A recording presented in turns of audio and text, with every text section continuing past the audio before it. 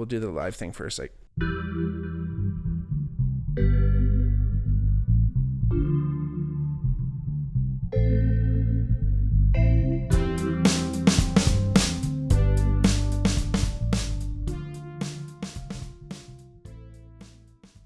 hey everybody, welcome back to the Bigmark podcast. It's me, your host, Bigmark. If it's your first time watching, welcome. If not, welcome back.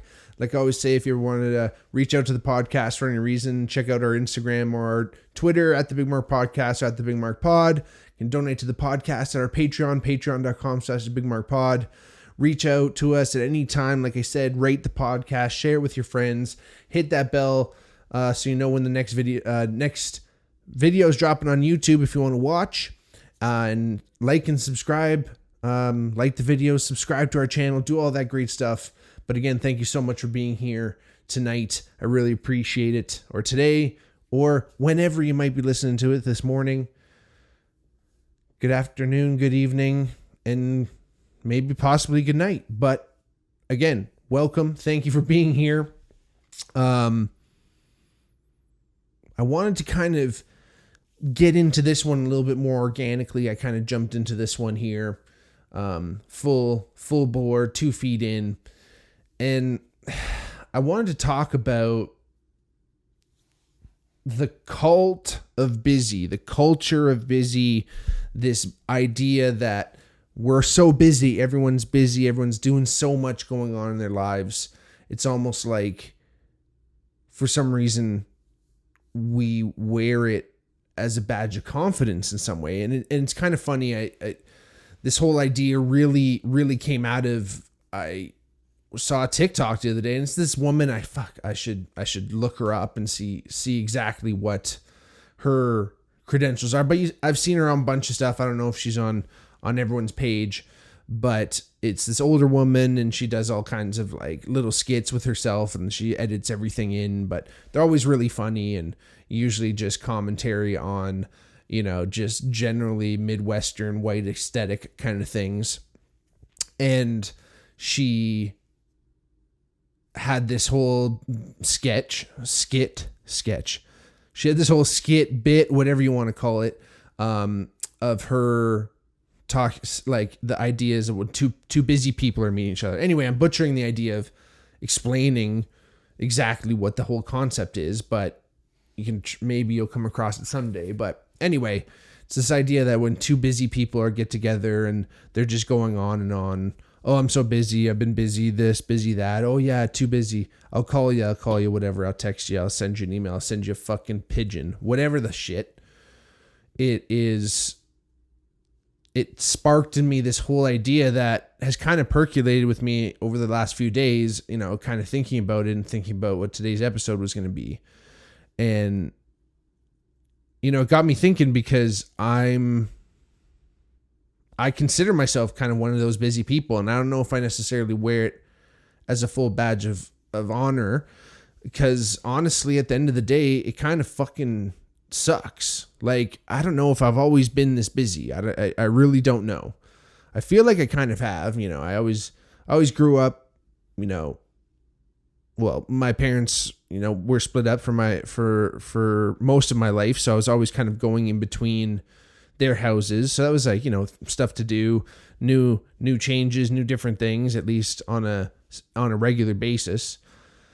Sports was constantly a part of my life, honestly. School, up until I finished university, obviously you're constantly doing school.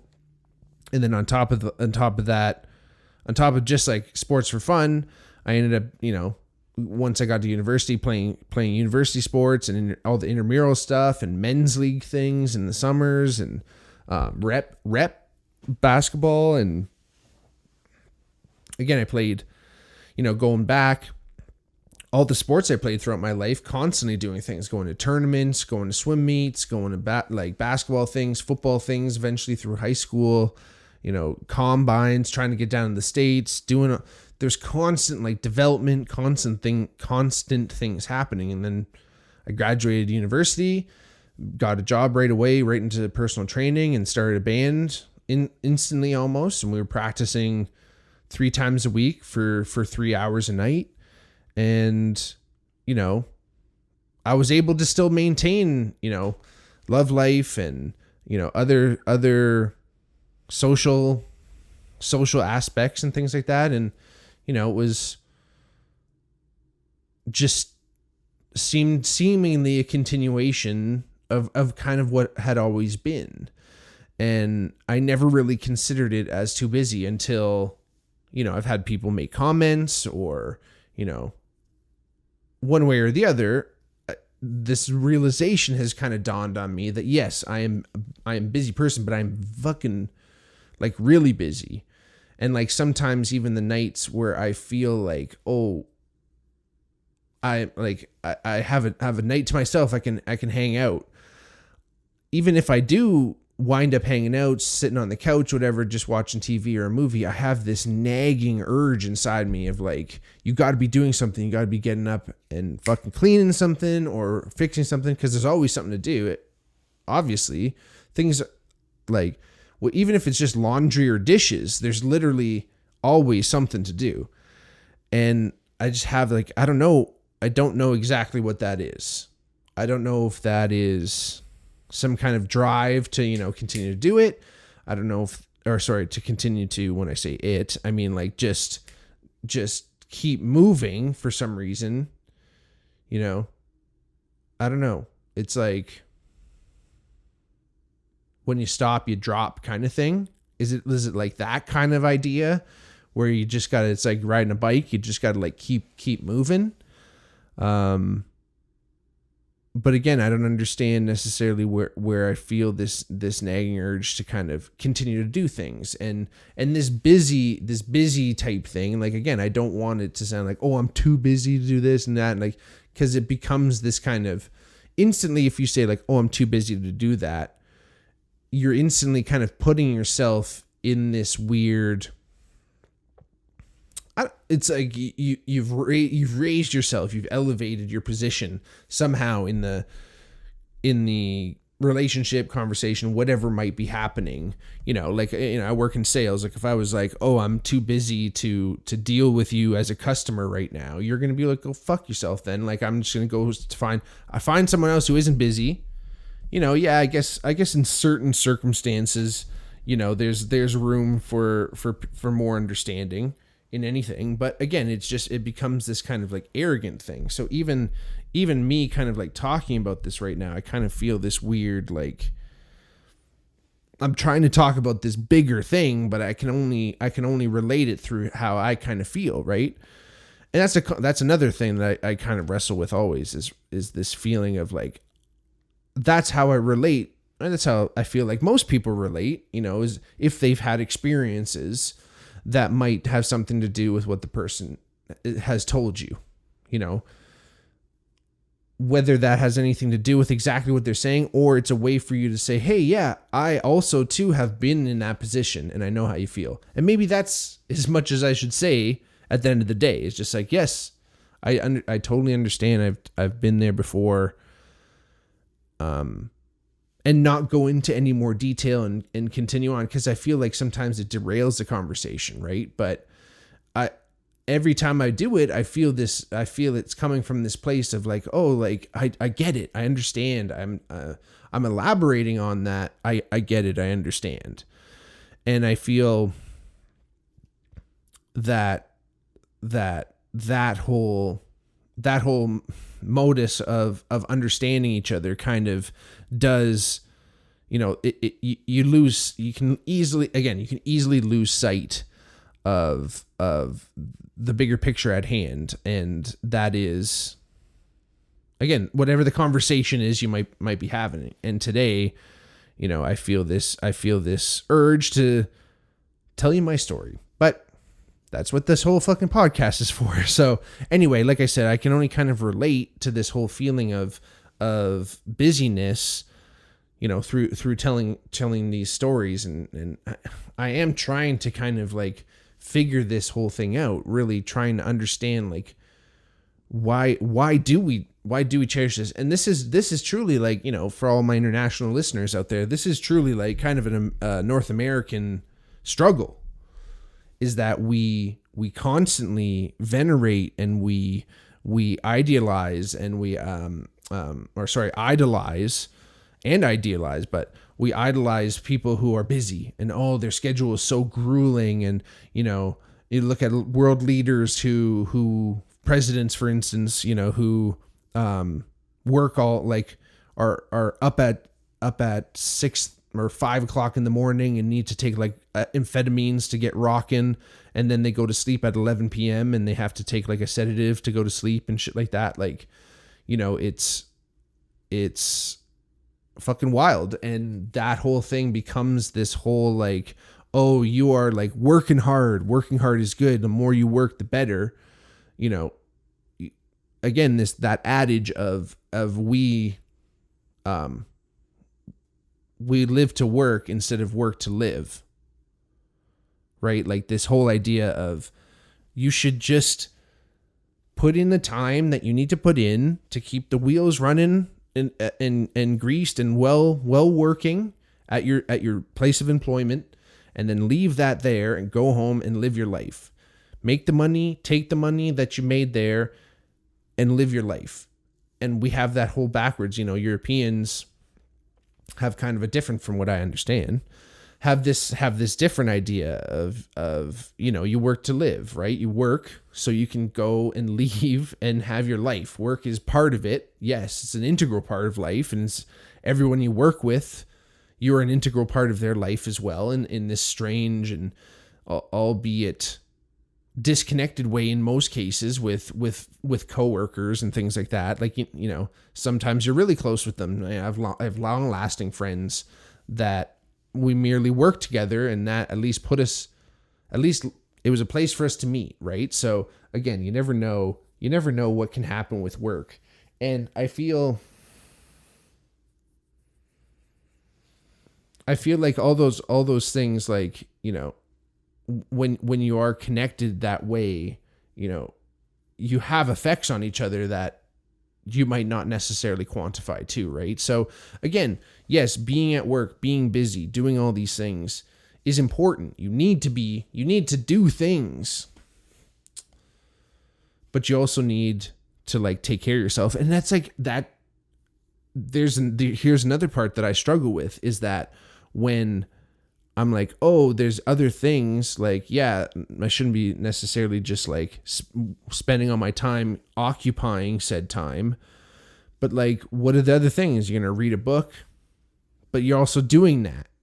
You're going to go to yoga, you're going to exercise, you're going to do all these things. It's also doing other things, right? So it doesn't necessarily make me any fucking less busy.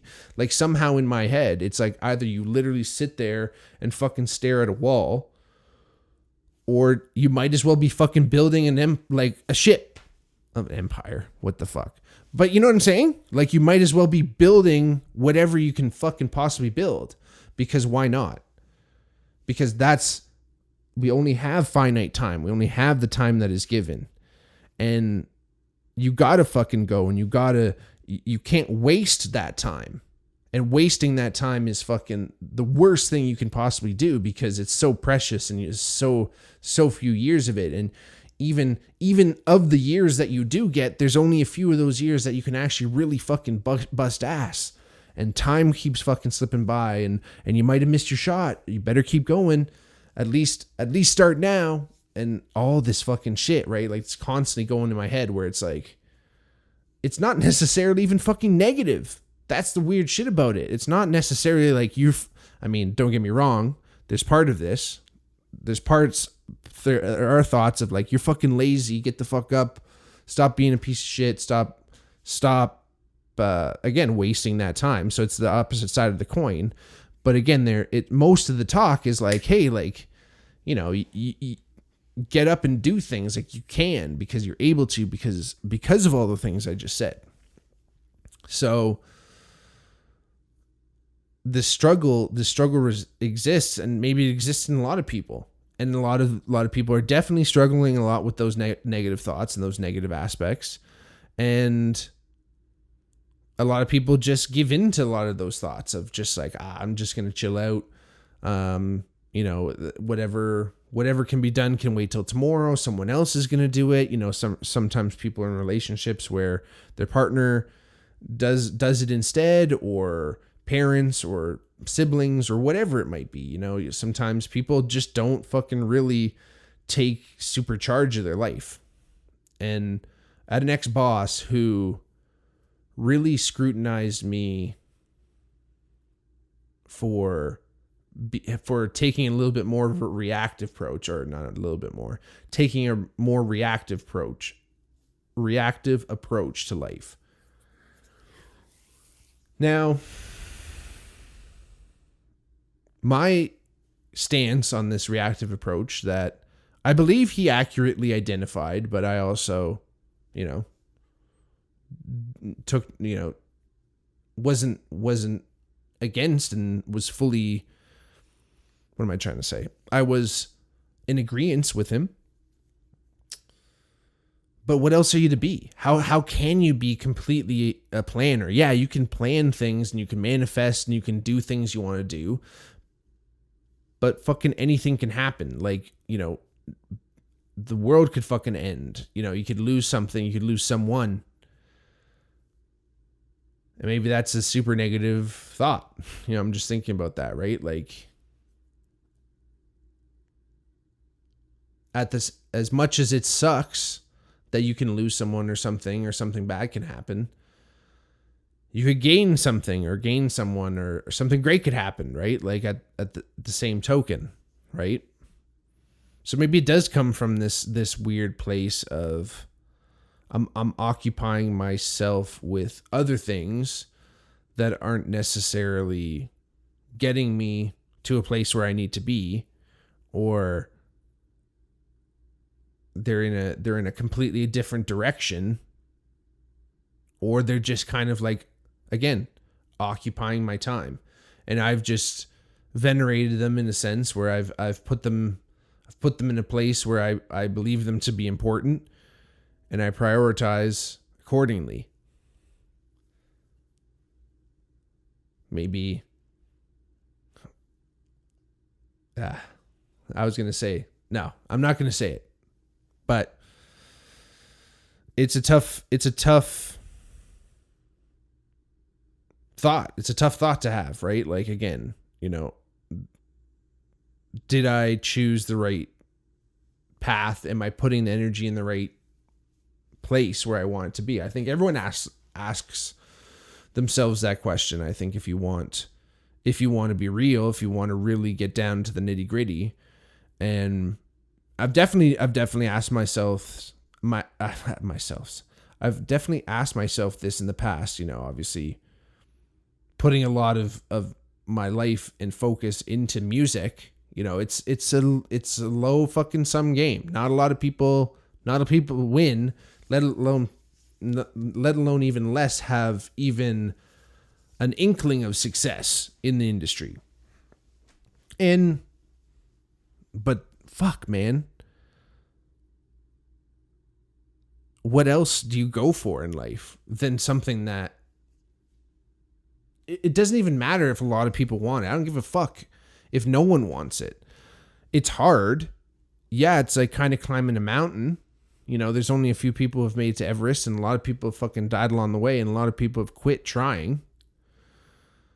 But that's what it is. I think Timothy B. Schmidt said it from the Eagles. He said, no bands fail. They just break up. And I think that whole idea applies to life in a completely interesting way. That you never really fail at anything. You just give up at it. And yeah, there are certain like unequivocal failures that can happen in life. But yeah, it's all those maxims, it's all those cliches. What doesn't kill you makes you stronger. It's not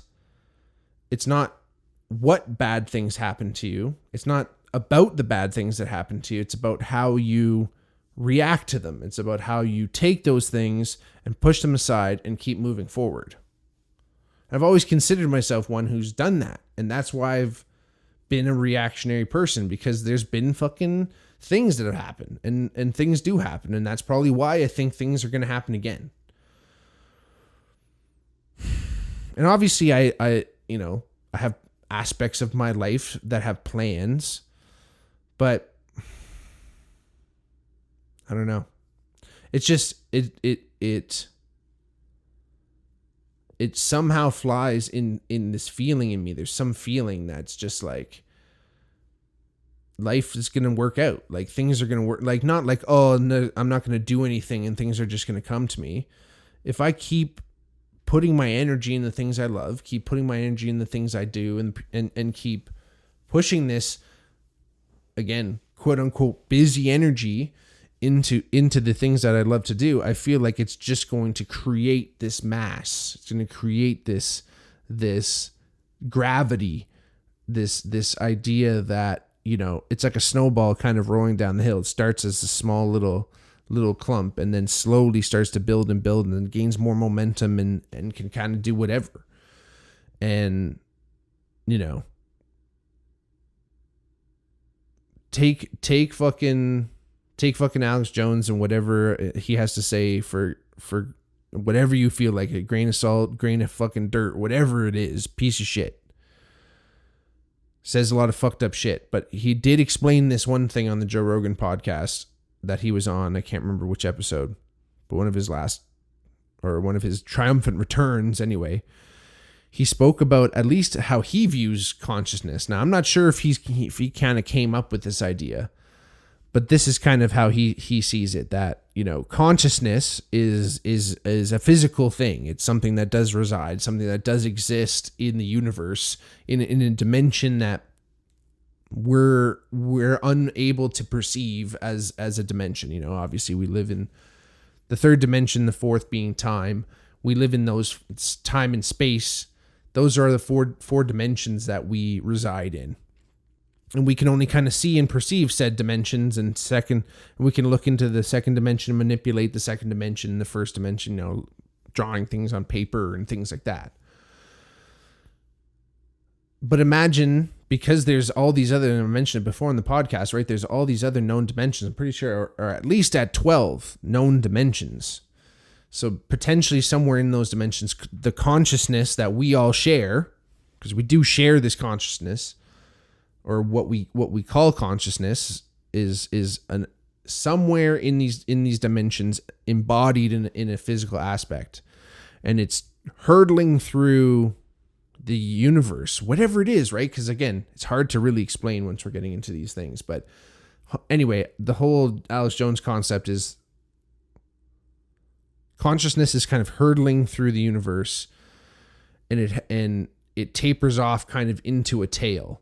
And most of the body of consciousness is this positive, good, forward-facing, forward-driving, pushing, positive, love, energy, positivity. Love, really, in the front of this mass that's kind of moving. And it's like a comet hurtling through space. And it trails off into this long tail, and on the tip of the tail is evil. Evil is chasing the goodness of consciousness somehow. And at times the tail kind of catches up to consciousness and goes away and there's this kind of dance and this kind of chase that exists in the world that is kind of pushing forward, and that, you know, whatever the evil, whatever the aspect of that concept of something is moving forward, that positivity, pushing forward, going ahead, facing forward, moving up, passing, you know, leaving things behind, moving in a better direction. All these things, there's all these concepts of traveling, projecting, going forward, moving through things. And I just feel really in tune with that drive. And again, I repeat, in a good, positive way, but again, I do feel like, because associated with all this busyness, like we say, and this goes for everyone that exists. So, you know, there's obviously like burnout is associated with all that stuff, right? And that's what I worry, that I'm heading down this course of like, oh, I'm just gonna have to like take a fucking week off, or who knows, God knows, like, you know. And that's what happens to a lot of people when they're just pushing it and they're just fucking redlining it. And, you know, fitness shit goes to the side, monetary shit, like you start to just all these different things start to kind of like, you got to go, okay, let's take a fucking quick peek. Let's take a, you know, I kind of almost imagine it like a cyclist on the road, like drinking and eating something. Like, let's take a little break while we're still moving, But let's take a little break here and like recoup, re-energize, look at different things that are happening, reprioritize, see how things, because again, that also exists in my mind where it's like, okay, make sure you have all your ducks in a row because you don't want to burn out again, because it's happened in my life. Again, working at that old job right out of university when I was personal training, I for sure experienced like the full feeling of burnout. And then maybe a little bit even at my last job before this new one. So again, I know what the feelings are. Most of it I find stems from things that you don't really like doing. Kind of turns into being a little bit more like burnout feeling. Like Jim Carrey says, the feeling of burnout or even depression. I don't know if I went that far. I wasn't feeling great though. But that feeling is your avatar is sick of playing that role or whatever. Or like you're sick of playing that role, and your body's kind of going, hey man, like, you know, trying to figure it out, or we're going to figure it out for you. So, you know, maybe I kind of foresee that thing coming down the pipe. Right. So, and I feel like a burnout from something that you love doing, it would be so much more intense than a burnout from something that you hate doing. And I think that whole concept is, I'm glad I'm wary of it, right? Because again, you don't want to have that feeling and not really understand where it's coming from or what it's doing, right? So again, I think this is something that we can all benefit from, is this kind of idea of let's pump the brakes, reevaluate, look at things. And because I know what I do. Another thing that I do is I go, I create this false time period in my head. Oh, once this time period's over, it'll be much easier after that. Once like right now, once summer is over, everything's going to be much better. But summer's almost fucking over. It's September. Shit. And I'm like, still have a ton of shit to do, right? So again, I definitely subscribe to the very Canadian fact of like, it's summer, fucking go for it. Do whatever you can because it doesn't last. But again, that can kind of trail into fall. But again, I do truly love it. It does kind of come from this place of true positivity. I love doing things, love being with my friends, love seeing everyone. It's so much harder to get together with everyone as we get older. And, you know, people are getting married and having families, moving away, moving out of town. It's just so much harder to just get together with people. And when those times do come, those rare times do come when you are, you know, able to get together, I feel like you got to lock those in. You got to go for it, right? And again, I think your friends are going to be the first people who are gonna understand if you need time to kind of figure things out. But I don't know, man. Again, this just brings up, again, maybe this is just kind of my North American kind of sports background too, is like, fuck all that shit, fuck all that pussy thinking, and just fucking get up and go. And who gives a shit if you fucking burn out and light the fire again. But again, that's not necessarily for everyone. Then that shouldn't necessarily be the approach of everyone. And here on the Bigmark podcast, we're not necessarily going to take that approach. But I think there's some people out there in the world that do need to take that approach. Your David Goggins and your fucking Navy SEALs and all the Marines out there that we love you. This is Jesse Ventura. I was the governor of Minnesota. I don't know why Jesse just popped in, everyone. But hey, again, there are some people out there that definitely need to do all that shit. But everyone listening to the Bigmark podcast, take the time to reevaluate things. Make sure you're still on track, that there's no fucking danger down the path. Be kind to yourself. Go easy on yourself. Again, let's be European about it. And let's fucking chill out. Thank you all for listening today. I feel like we might have made some breakthroughs. We might have just found some new roads that need more exploring. But that's what we do here. Thank you all for listening again. You could have been anywhere in the world. You chose to be here. Remember, reach out to us anytime. Out on Twitter, on our Instagram too. Hit the DMs. I'll be there. Patreon. Share it with your friends. YouTubes. Love y'all. Peace.